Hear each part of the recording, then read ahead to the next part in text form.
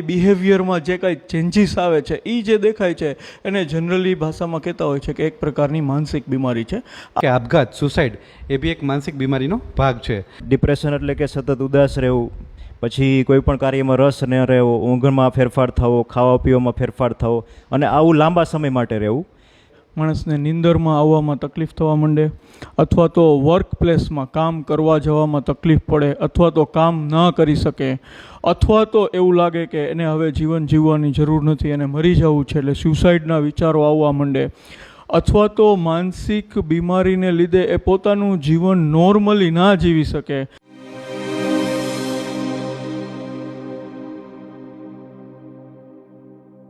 નમસ્કાર, મોરબી અપડેટમાંથી હું છું તમારી સાથે નિરાલી. આજનો દિવસ એટલે કે વર્લ્ડ મેન્ટલ હેલ્થ ડે. કહેવાય ને કે જેનું મન તંદુરસ્ત તેનું તન તંદુરસ્ત. એક તંદુરસ્ત માણસ કોને કહેવાય? તો કે જે સામાજિક, માનસિક અને શારીરિક બધી જ રીતે તંદુરસ્ત હોય તેને એક તંદુરસ્ત માણસ કહી શકાય. ઘણી બધી વખત કેવું છે કે આપણે શારીરિક તંદુરસ્તી તો હોય છે, ક્યારેક ક્યારેક સામાજિક પણ આપણે બધા ખૂબ એક્ટિવ હોય છે, પરંતુ આપણું મન છે તે ક્યાંક નબળું પડતું હોય છે. તો આજે આપણી સાથે છે મોરબીના ડૉક્ટર દીપ ભાડજા સર, ડૉક્ટર ભવ્ય ભાલોડિયા સર અને ડૉક્ટર ભાવેશ પટેલ સર. આ ત્રણેય સર સાયકિયાટ્રિસ્ટ છે. તો આજના દિવસે આપણે સ્પેશિયલ સર સાથે વાત કરવાના છીએ અને સરને પૂછવાના છે કે કેવી કેવી પ્રકારની બીમારીઓ હોય છે અને અટકાવવા માટે શું કરી શકાય. તો સૌથી પહેલાં તો આપ ત્રણેય સરનું ખૂબ ખૂબ હાર્દિક સ્વાગત છે મોરબી અપડેટમાં. તેની સાથે સૌથી પહેલો મારો ક્વેશ્ચન છે દીપ ભાડજા સરને કે સર, આ માનસિક બીમારી એટલે શું? માનસિક બીમારી જેમ આપણને શરીરમાં કોઈ જાતની બીમારીઓ થતી હોય છે, શારીરિક બીમારીઓ જેમ તાવ આવે, ઉધરસ થાય, ઉલટી થાય, એવી જ રીતે જ્યારે મગજમાં રહેલા રસાયણોમાં જ્યારે વધઘટ થતી હોય છે ત્યારે જે આપણા વ્યવહારમાં અને આપણી બિહેવિયરમાં જે કાંઈ ચેન્જીસ આવે છે એ જે દેખાય છે એને જનરલી ભાષામાં કહેતા હોય છે કે એક પ્રકારની માનસિક બીમારી છે. આ બીમારીઓમાં જુદા જુદા પ્રકારના લક્ષણો હોય છે, જેમ કે ગભરાહટ થવી, ઉદાસી થવી, કોઈ જાતના શંકા થવા, વહેમ થવા, અથવા તો એકને એક પ્રવૃત્તિઓ વારંવાર કરવી, પ્લસ વ્યસન છે એ પણ એક પ્રકારની માનસિક બીમારી જ છે. બરાબર છે. તેની સાથે મારો બીજો ક્વેશ્ચન છે સરને કે સર, લોકોમાં માનસિક બીમારીઓનું પ્રમાણ અત્યારે કેટલું જોવા મળી રહ્યું છે? માનસિક બીમારીની વાત કરીએ તો આપણે સૌ જાણીએ છીએ કે આપઘાત સુસાઇડ એ બી એક માનસિક બીમારીનો ભાગ છે. તો દુનિયામાં દર 40 સેકન્ડે એક વ્યક્તિ આપઘાતથી મૃત્યુ પામે છે. દર વર્ષે 1 મિલિયનથી વધારે માણસો આપઘાતથી મૃત્યુ પામે છે. એ સિવાય ઇન્ડિયાના ડેટાની વાત કરીએ, નેશનલ મેન્ટલ હેલ્થ સર્વેની વાત કરીએ તો દર 20માંથી 1 જણાને ડિપ્રેશન છે અને દર 5માંથી 1 વ્યક્તિ એમના જીવનકાળ દરમિયાન ક્યારેક ને ક્યારેક કોઈ બી એક પ્રકારની માનસિક બીમારીનો સામનો કરે છે. તો આટલા વધારે પ્રમાણમાં સમાજમાં માનસિક બીમારીઓનું વલણ છે. ખૂબ જ સરસ વાત કરી. એટલે અત્યારે આપણે કહેવા જાય ને કે અત્યારે આપણી વાત કરીને એટલી વારમાં 3 થી 4 લોકોએ તો સુસાઇડ એટેમ્પ્ટ કરી લીધું હશે. એટલે ખરેખર આની અવેરનેસ છે તે ખૂબ જ જરૂરી છે. અને 20માંથી 1 માણસ ડિપ્રેશનમાં છે, એટલે કે તમારી આજુબાજુ ફરતા લોકોમાંથી પણ કોઈક છે તે ડિપ્રેશનમાં હોઈ શકે છે. એના માટે આપણે બધાએ અવેર થવાની જરૂર છે. તેની સાથે સર, માનસિક બીમારીમાં કેવા કેવા પ્રકારના રોગો હોય છે? માનસિક બીમારીમાં આપણે જોઈએ તો ઘણી બધી પ્રકારની તકલીફો અને રોગો હોય છે. આપણે માનસિક બીમારી એટલે ખાલી એક ગાંઠ પણ એવું જ સમજી છીએ, પણ એવું ખરેખર નથી હોતું. માનસિક બીમારીમાં આપણે જોવા જઈએ તો સૌથી પહેલાં ન્યુરોટિક અને સાયકોટિક એ રીતના 2 પાર્ટ હોય છે. ન્યુરોટિક પાર્ટમાં એટલે કે ડિપ્રેશન છે, એન્ઝાયટી છે. ડિપ્રેશન એટલે કે સતત ઉદાસ રહેવું, પછી કોઈ પણ કાર્યમાં રસ ન રહેવો, ઊંઘમાં ફેરફાર થવો, ખાવા પીવામાં ફેરફાર થવો અને આવું લાંબા સમય માટે રહેવું. એવી રીતના બીજી બીમારીઓના પણ અલગ અલગ લક્ષણો હોય છે. તો એમાં બીમારીમાં જોવા જઈએ તો ડિપ્રેશન છે, એન્ઝાયટી એટલે કે તીવ્ર ચિંતા રોગ છે, પછી સ્કિઝોફ્રેનિયા એટલે કે મનોવિચ્છિન્નતા રોગ છે, પછી દ્વિધુરીય બીમારી, પછી વારંવાર ક્રિયા જે આપણે કહેતા હોઈએ છીએ કે કરતા હોય છે એટલે કે ઓસીડી, બરોબર છે, એ છે. તથા અન્ય બીજા ડેવલપમેન્ટલ ડિસઓર્ડર જેમ કે એડીએચડી એટલે કે બાળક અતિશય કાર્યશીલ રહે, અતિશય જે નોર્મલ બીજા બાળકો એના કરતાં ખૂબ જ ચંચળ હોય, જેના હિસાબે પેરેન્ટ્સને, એમના ફેમિલીવાળાને, આજુબાજુવાળા લોકોને ડિસ્ટર્બ થતું હોય છે અને તેને કારણે તેઓ સતત હેરાન થતા હોય છે. આ રીતના અલગ અલગ ઘણી બધી પ્રકારની બીમારીઓ જોવા મળે છે. ખૂબ જ સરસ વાત કરી. તેની સાથે સર, કેવા કેવા પ્રકારના લક્ષણો આપણને જોવા મળે તો આપણને એવું સમજવું કે ચલો હવે આપણે સાયકિયાટ્રિસ્ટને બતાવવાની જરૂર છે? જ્યારે બી સાહેબે કીધું કે માનસિક બીમારીના આ લક્ષણો છે, જ્યારે આવા લક્ષણોને લીધે માણસને નીંદરમાં આવવામાં તકલીફ થવા માંડે, અથવા તો વર્ક પ્લેસમાં કામ કરવા જવામાં તકલીફ પડે, અથવા તો કામ ન કરી શકે, અથવા તો એવું લાગે કે એને હવે જીવન જીવવાની જરૂર નથી, એને મરી જવું છે, એટલે સ્યુસાઇડના વિચારો આવવા માંડે, અથવા તો માનસિક બીમારીને લીધે એ પોતાનું જીવન નોર્મલી ના જીવી શકે. ઘણાને થોડો સ્ટ્રેસ થતો હોય છે, પણ દરેક સ્ટ્રેસમાં એવું જરૂરી નથી કે એને લીધે તમારી લાઈફ ડિસ્ટર્બ થઈ જાય. એટલે જ્યારે પણ આવા લક્ષણોને લીધે લાઈફ ડિસ્ટર્બ થઈ જાય, સોશિયલ લાઈફ બગડી જાય, કામ વ્યવસ્થિત રીતે ના કરી શકે, ત્યારે એમને સાયકિયાટ્રિસ્ટ કે મનોચિકિત્સકને બતાવવાની જરૂર પડતી હોય છે. ખૂબ જ સરસ કરી. એટલે કે તમારા કોઈ પણ માનસિક રોગના લીધે તમારું કામમાં તમને કોઈ ડિસ્ટર્બન્સ આવે છે તો તમારે સમજવાનું કે હવે આપણે સાયકિયાટ્રિસ્ટને કન્સલ્ટ કરવું જરૂરી બની ગયું છે. તેની સાથે સર, માનસિક રોગમાં કેવા કેવા પ્રકારની સારવાર ઉપલબ્ધ હોય છે? અત્યારના સમયમાં આપણી પાસે માનસિક રોગની સારવારની વાત કરીએ તો ખૂબ જ આપણું જે આર્સેનલ કહીએ એ ખૂબ જ વિકસિત થઈ ગયું છે. સૌપ્રથમ વાત કરીએ દવાઓ. અત્યારે આપણી પાસે એટલી બધી સરસ દવાઓ છે કે જે ડિપ્રેશન, વિચારવાયુ, સ્કિઝોફ્રેનિયા, બાયપોલર ડિસઓર્ડર, ઓસીડીને બહુ જ સારી રીતના ટેકલ કરી શકે છે, અને શક્ય હોય એટલી ઓછી આડઅસરથી. એ આપણા માટે પ્લસ પોઈન્ટ છે.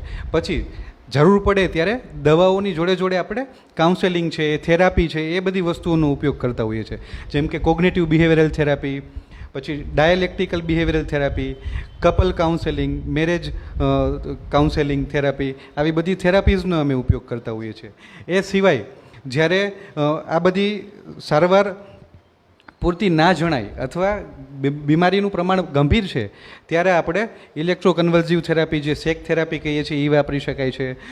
નવી શોધની વાત કરીએ તો ડિપ્રેશનમાં કેટામિન ઇન્જેક્શન આપણે આપતા હોઈએ છીએ, એનો બી ખૂબ સરસ રિસ્પોન્સ મળે છે. તો આ બધી અલગ અલગ પ્રકારની માનસિક સારવાર માટેની મોડાલિટીઝ છે. ખૂબ જ સરસ કરી. એટલે કે તમારા ઘરમાં જો વારંવાર ઝઘડા થતા હોય બંને લોકો વચ્ચે, તો પણ તમે છે તે સાયકિયાટ્રિસ્ટ પાસે જઈ અને કન્સલ્ટેશન લઈ અને આ બધી વસ્તુનું સોલ્યુશન છે તે લઈ આવી શકો છો. તેની સાથે સર, માનસિક બીમારીના જે દવાઓ છે તેના લીધે સમાજમાં ઘણી બધી ગેરમાન્યતા હોય છે કે આના લીધે છે તે પેશન્ટ છે તે અલ્ટર્ડ બિહેવ કરવા માંડે છે કે એનું શરીર વધતું જાય છે. તો આના વિશે તમે શું કહેશો? આપણે સમાજમાં જે ગેરમાન્યતાઓ છે તે હાલમાં અમારે પ્રેક્ટિસમાં પણ ઘણી જોવા મળે છે. કોઈ પણ પેશન્ટ આવે એટલે પહેલાં એ જ પૂછે કે આ દવાથી કરીને મને કંઈ નુકસાન તો નહીં થાય ને, મને કંઈ આડઅસર તો નહીં થાય ને. તો આ વિશે આપણે જણાવીએ તો ઘણી બધી ગેરમાન્યતામાં સૌથી વધારે ગેરમાન્યતા છે કે આ દવાથી છે ઊંઘની દવા છે, આ બધી દવા છે એ ઊંઘની જ દવા છે. પછી બીજું એ છે કે આ દવા પીવાથી લાંબા ગાળે શરીર ફૂલાય છે. પછી છે તો આ માનસિક બીમારી છે, ઘણી એવી ગેરમાન્યતા પણ છે કે જે તંત્ર વિદ્યા અથવા તો પછી વણગાળ કે તેને હિસાબે માનસિક બીમારી થાય છે. આ રીતના અલગ અલગ પ્રકારની છે. તો એના વિશે હું જણાવું તો એ કહું કે આ દવા જે છે માનસિક બીમારી માટેની દવા જરૂર હોય તો જ ચાલુ કરવામાં આવે છે, નહીંતર પેશન્ટને કોઈ પણ એક પણ દવા અમે ચાલુ નથી કરતા અને ઓબ્ઝર્વ કરીએ છીએ. અને જ્યારે જરૂર હોય ત્યારે જે દવા ચાલુ કરવામાં આવે છે. પરંતુ જો એ દવા એ ચાલુ ન કરે તો જે એ ચાલુ કર્યા પહેલાં એમને જે તકલીફ થાતે એ દવા ચાલુ કર્યા પછી એમને એ તકલીફમાં ઘણી બધી રાહત મળે છે. એનું પોતાની લાઈફ સુધરી જાય છે, ફેમિલી સાથે રહેવા માંડે છે, સોશિયલી રહેવા માંડે છે, વર્ક કરવા માંડે છે. અને અમારી પાસે પહોંચે ત્યારે એ વર્ક પણ નથી કરી શકતા, એવી સ્ટેજમાં હોય છે, ફેમિલી સાથે નથી રહી શકતા, સતત એકલાશીલ રહી અને પોતાનું માઇન્ડ, પોતાનું સર્વસ્વ ડિસ્ટર્બ થઈ જાય છે અને અમારી પાસે આવે છે. તો આમાં બેનિફિટ વધારે છે, જે ડિસબેનિફિટ કરતાં બેનિફિટ વધારે છે. તેના સામું જો લોકો જોશે તો તેમને વધારે સમજાશે કે મેડિકેશન જે છે એનું આડઅસર તો બધી મેડિસિનમાં હોય છે, એવું નહીં કે સાયકિયાટ્રીમાં, બધી મેડિકેશનમાં હોય છે. અને જો આડઅસર થાય તો અમે દવાઓ બદલાવતા પણ હોય છે. પરંતુ બેનિફિટ રેશિયો વધારે જોઈ અને જો માણસ સમજે તો તેના માટે આશીર્વાદરૂપ છે. જો એનો વધારે ડિસબેનિફિટ તરીકે ઉપયોગ કરે તો તેની પર્સનલ લાઈફમાં તે આગળ જતાં ફેમિલી તથા સોશિયલ પર્સનલ લાઈફમાં તે ડિસ્ટર્બ કરી શકે છે. ખૂબ જ સરસ વાત કરી. અને કહેવાય ને કે બધી જ દવાઓ છે તે ક્યાંક ને ક્યાંક તો આડઅસર કરતી જ હોય છે. આપણે તાવ આવે તો તાવની દવા લઈએ છીએ તો તે પણ ક્યાંક ને ક્યાંક આડઅસર તો કરવાની જ છે. તો પછી આપણું મગજ જે ડિસ્ટર્બ છે તેના લીધે આપણી રૂટીન લાઈફ આખી બધી ડિસ્ટર્બ થઈ જાય છે. તો તેના માટે આપણે દવા કેમ ન લેવી જોઈએ? તેની સાથે સર, માનસિક બીમારીને લઈને સમાજમાં ઘણી બધી અંધશ્રદ્ધાઓ અને ગેરમાન્યતાઓ ફેલાયેલી છે, તેના વિશે તમે શું કહેશો? ગેરમાન્યતાની વાત કરીએ તો શરૂઆત જ ત્યાંથી થાય કે જો મને કોઈ પ્રકારની માનસિક બીમારી હશે અને હું કોઈની મદદ લઈશ તો એવું બતાશે કે મારું મગજ નબળું છે, હું નબળો માણસ છું. તો માનસિક બીમારી માટેની કોઈ સારવાર લેવાથી નબળો માણસ બની જતો નથી. બધાયને પોતાના જીવનકાળમાં ગમે ત્યારે આવું થઈ શકે છે. બીજી ગેરમાન્યતામાં ઘણી વખત એવું હોય છે કે માનસિક બીમારી છે એ કોઈ લાગી વળગ્યું છે કે આવી ગયું છે કે એવા લક્ષણો છે, એ દવાથી નહીં પણ બીજી રીતે ઠીક થાય છે. તો નહીં, એને દવા અને દુવા બંનેની જરૂર પડતી હોય છે અને વ્યવસ્થિત દવા કરવાથી એની સારવાર વધારે ઝડપથી અને વધારે સારી રીતે કરી શકાતી હોય છે. પછી જે વ્યક્તિ માનસિક બીમારી સાથે એમને ટેગ લાગી જતું હોય છે તો બધા એને તિરસ્કારે છે, એમનું માન નથી રાખતા, એમને સારી રીતે વર્તન નથી કરતા. તો આ પણ એક પ્રકારની માન્યતા જ છે કે એ કાંઈ કશું નહીં કરી શકે, એ તો નકામો માણસ છે એવું જનરલી કહેતા હોય છે. તો એ માણસને પ્રેમ અને હૂંફ આપવાથી પણ એમની બીમારીમાં સુધારો થશે, પ્લસ દવાઓથી પણ એમાં સુધારો થશે. ઘણી બધી ગેરમાન્યતાઓ છે, પણ ટૂંકમાં કહીએ તો માનસિક બીમારી સાથે જે લોકો આઘા રહે છે અને એની સારવાર નથી કરાવતા, તો એને સારવાર કરાવવાથી એમાં ઘણો બધો ફાયદો થઈ શકે છે. ખૂબ જ સરસ વાત કરી કે ઘણા બધા એવું સમજે કે સાયકિયાટ્રિસ્ટને કન્સલ્ટ કરવું એટલે આ માણસ છે તે ગાંડું જ હોય છે, પરંતુ એવું ખરેખર નથી હોતું. થોડી એવી મેડિસિનથી તે માણસ છે તે પાછું પોતાની નોર્મલ લાઈફમાં આવી જતું હોય છે. એટલે ક્યારેય આવી વસ્તુઓ વિચારી અને ડૉક્ટરને કન્સલ્ટ ના કરવું તે રીત તો એકદમ ખોટી છે. તેની સાથે સર, માનસિક બીમારીની સારવાર કરવામાં ન આવે તો આગળ જતાં શું કોમ્પ્લિકેશન્સ છે તે થઈ શકતા હોય છે? ખૂબ જ સારો ક્વેશ્ચન છે. દવાના સારવાર કરવાના ફાયદા આપણે બધે સાંભળીએ. જો સમયસર સારવાર કરવામાં ના આવે તો શું તકલીફ થાય છે? તો ડિપ્રેશનની જેમ આપણે વાત કરી, તો જે માણસ અંદરથી મૂંઝાય છે, આપઘાતના વિચારો આવે છે, જો સમયસર એની સારવાર થઈ જાય તો એક આપણે અમૂલ્ય જીવન બચાવી શકીએ છીએ. મેઇન વસ્તુ તો આ છે. પછી માનસિક રોગની જો દવા આપણે સારવાર ટાઈમે ના કરીએ તો આગળ જતાં દર્દીને આર્થિક જીવનમાં, સામાજિક જીવનમાં અને ધંધાકીય જીવનમાં નુકસાન આવે છે. અને જો જે તીવ્ર બીમારીઓ છે જેમ કે સ્કિઝોફ્રેનિયા છે, તો એ બધી બીમારીઓની સારવાર ના લે દર્દી, તો આગળ જતાં એ સમાજમાંથી બહાર ફેંકાઈ જાય છે, પરિવારમાંથી બહાર ફેંકાઈ જાય છે અને બધા એને તરછોડી દે છે. જે આપણે રસ્તાઓમાં જોતા હોઈએ છીએ, જો એ માણસને, રસ્તામાં રખડતા માણસને સમયસર સારવાર મળી ગઈ હોત તો આજે એ કોઈ સારી જગ્યા ઉપર નોકરી કરતા હોત, કોઈ જગ્યાએ મેનેજર હોત, કોઈ કંપની સંભાળતા હોત.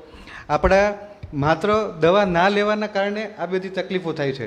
આપણે સાંભળ્યું હશે મૂવી સ્ટાર્સ છે, સિંગર્સ છે, એ બધાને બી માનસિક બીમારીઓ થાય છે. બાયપોલર ડિસઓર્ડર્સ હોય છે, સ્કિઝોફ્રેનિયા હોય છે, બહુ મોટા મોટા સાયન્ટિસ્ટને બી બીમારી થઈ હોય છે. પણ એ બધા એ જીવનમાં એ કક્ષાએ કઈ રીતના પહોંચ્યા? એને સમયસર સારવાર લીધી અને સંકોચ વગર ટાઈમે સાયકેટ્રિસ્ટને મળી લીધું એટલે એનું જીવન પાટે ચડી ગયું. યસ, સરસ વાત કરી તે. અને કહેવાય ને કે ક્યારેક ને ક્યારેક આ સેલિબ્રિટીઝનું તો આપણે ઘણી બધી વખત સાંભળતા હોય છે કે દીપિકા પાદુકોણને ડિપ્રેશન હતું કે આને ડિપ્રેશન હતું, તો એ લોકોને તો ક્યારેય શરમ ના આવી કે ચલો મારે સાયકિયાટ્રિસ્ટને બતાવવા જાવે. ઉલટાના એ લોકો તો પબ્લિકની વચ્ચે કહે છે કે અમે છે તે આ ફેઝમાંથી બહાર નીકળ્યા છે. તો પછી આપણને શેની શરમ આ વસ્તુમાં માટે બતાવવા જવામાં? માનસિક સ્વાસ્થ્યની જાળવણી માટે આપણે કેવી રીતે લઈ શકશું કે આપણું માનસિક સ્વાસ્થ્ય છે તે સારું જ રહે અને આપણને કોઈ ડૉક્ટરની જરૂર જ ના પડે? આ જે ક્વેશ્ચન છે એ બહુ ઇમ્પોર્ટન્ટ ક્વેશ્ચન છે. યુઝ્યુઅલી શું છે કે આપણને બધાને ખબર જ હોતી હોય છે કે કઈ રીતના રહેવું, પણ આપણે પ્રેક્ટિકલી ઇમ્પ્લિમેન્ટ નથી કરતા. તો આમાં જો આપણે કહેવા જઈએ તો આપણે સ્વસ્થ કઈ રીતના માનસિક રીતના રહેવું, જેમ શારીરિક સ્વસ્થ રહીએ તે રીતના, તો સૌથી પહેલાં એમાં છે તો આપણે નિયમિત ઊંઘ ટાઈમસર લેવી જોઈએ. આપણી રાત્રિની ઊંઘ છે પૂરતી હોવી જોઈએ. પ્લસ કે એક નિયમિત ટાઈમ ટેબલ હોવું જોઈએ.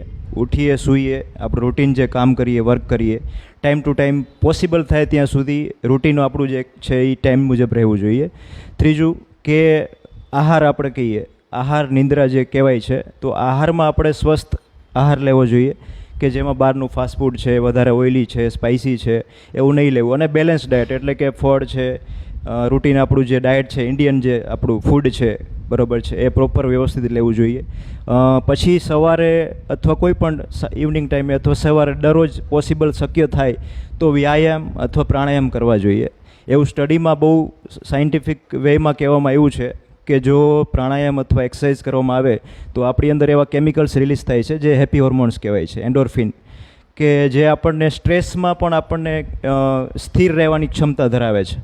તો આવી નાની નાની વસ્તુ પણ આપણે જો રૂટીનમાં ફોલો કરીએ તો આપણે આપણા માઇન્ડને, આપણા શરીરને શારીરિક સાથે માનસિક સ્વસ્થ રહી શકીએ. ખાસ કરીને આપણે જે છે આ વસ્તુનું ડેઇલી નિયમિતપણે આદત પાડવી જોઈએ. જેમ આપણે રૂટીનમાં કામે જવાનું જ છે, ખબર જ છે કે આપણે સવારે કામે જવાનું જ છે, એ રીતના એનું મહત્ત્વ સમજીને આપણે આપણી ઊંઘનું છે, પછી સવારના પ્રાણાયામનું છે, આપણી રૂટીનનું છે, એ ધ્યાન રાખવું જોઈએ. પ્લસ એક વધારાનો પોઈન્ટ કે અત્યારે મોબાઈલનો બહુ ઝાઝો ક્રેઝ છે, તો બને ત્યાં સુધી સોશિયલ મીડિયા છે, ઇન્ટરનેટ છે, એનો લિમિટેડ ઉપયોગ કરવો જોઈએ. કેમ કે અત્યારે મોટાભાગની જે માનસિક તકલીફ થાય છે એનું એક રીઝન છે કે એક્સેસિવ, વધારે પડતો ઇન્ટરનેટનો, સોશિયલ મીડિયાનો, પછી જે અમુક એપ્સ આવતી હોય છે, ગેમ્સ આવતી હોય છે, પછી બીજી સોશિયલ મીડિયા ડેટિંગ એપ્સ, અલગ અલગ ઘણું બધું આવતું હોય છે, જેના હિસાબે ઘણી બધી માનસિક આગળ જતાં માનસિક પ્રોબ્લેમમાં એ કન્વર્ટ થાય છે. તો મોબાઈલ અને ઇન્ટરનેટનો લિમિટેડ યુઝ કરવો જોઈએ અને પોઝિટિવ એમાં યુઝ કરવો જોઈએ, કે નહીં નેગેટિવ ઘણા બધા વિડીયોઝ આવતા હોય એને ઇગ્નોર કરી અને પોઝિટિવ બધું જે મટીરિયલ આવતું હોય એમાં વધારે ફોકસ રાખવો જોઈએ.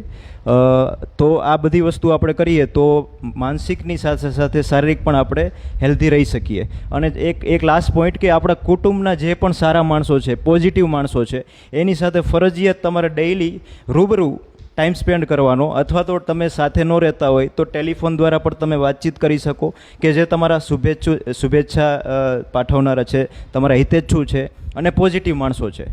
અને જો પોસિબલ થઈ શકે તો કોઈ સારા એવા પ્રાર્થના છે, કોઈ પોઝિટિવ સ્પિરિચ્યુઅલ વાતો સાંભળીએ, તો આવી નાની નાની બાબતોનું ધ્યાન રાખીએ તો ડેફિનેટલી 100% આપણે માનસિક તકલીફથી બચી શકીએ. ખૂબ જ સરસ વાત કરી કે આ બધી નાની નાની વસ્તુઓનું ધ્યાન રાખીને તો આપણે આટલી મોટી બીમારી સુધી પહોંચવાના જ નથી ક્યારે. તેની સાથે સર, મોરબીના લોકોને તમારો લાસ્ટ મેસેજ આજે વર્લ્ડ મેન્ટલ હેલ્થ ડેના દિવસે. વર્લ્ડ મેન્ટલ હેલ્થ દિવસના નિમિત્તે મેસેજ તો એક સિમ્પલ અને ક્લિયર છે કે જ્યારે કોઈ પણ પ્રકારની આવી માનસિક તકલીફો થાય ત્યારે એનાથી છુપાવવાની જરૂર નથી, એનાથી ભાગવાની જરૂર નથી, એનો સામનો કરવાની જરૂર છે. એની માટેની સહાય લઈ અને એનાથી બચી શકાય છે. માનસિક બીમારીની કોઈને તકલીફ હોય તો એનો હાસ્ય ઉડાવવાની જગ્યાએ એમની વાત સાંભળવાથી પણ એમાં ઝાઝો બધો ફાયદો થતો હોય છે. એટલે માનસિક બીમારીની સારવાર છે અને એને કરી શકાય છે treat. World mental health day જે આજે આપણે સેલિબ્રેટ કરીએ છીએ, તો જેમ આપણે આપણા જીવનમાં શારીરિક સ્વાસ્થ્ય માટે સંકલ્પ લેતા હોઈએ છીએ, એ રીતના આજે બી આપણે એક સંકલ્પ લઈ લઈએ કે મારા માનસિક સ્વાસ્થ્યને જાળવવા માટે હું શું પગલાં ભરીશ.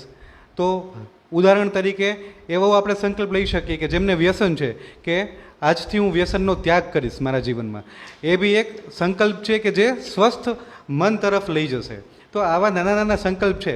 સાહેબે વાત કરી એમ રેગ્યુલર એક્સરસાઇઝ કરી શકાય, પ્રાણાયામ કરી શકાય, સારી આદતોનું આપણે ફોલો કરીએ અને વ્યસનથી દૂર રહીએ.